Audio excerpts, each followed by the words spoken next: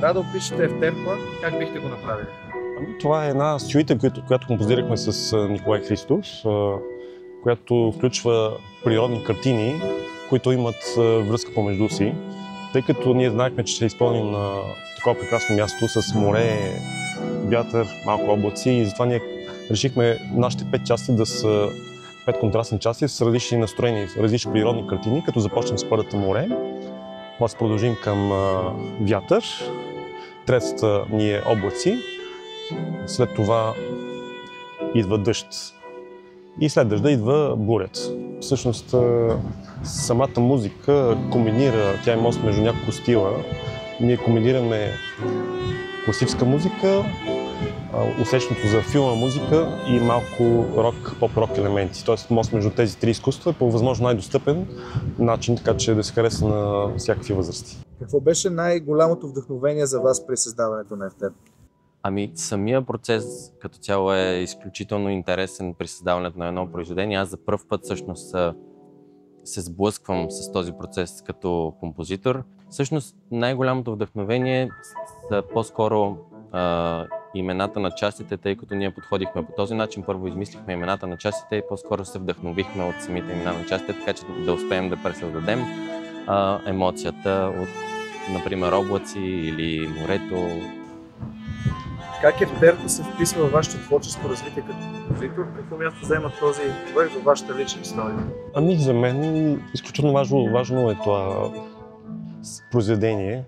В смисъл, аз вече написах един концерт за пиано оркестър, тъй като бях по-млад, преди му свирих, напоследък вече се отдадох малко повече на композиране.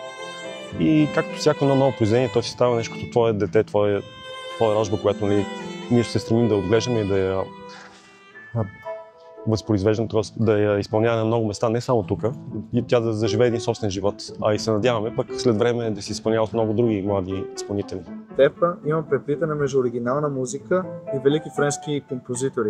Как подходихте към този диалог между миналото и настоящето? Ние използвахме и тях всъщност като вдъхновение, защото нашето произведение е по-скоро между класиката и нашето време. Съответно има много красиви теми, които може да чуете вътре. Съответно има и по-модерни елементи, като рок елементи, които сме имплементирали вътре с точно тази цел да направим все едно моста между миналото и сегашното. What would you like the audience to take with them after the concert as a feeling, a memory or a thought? I would like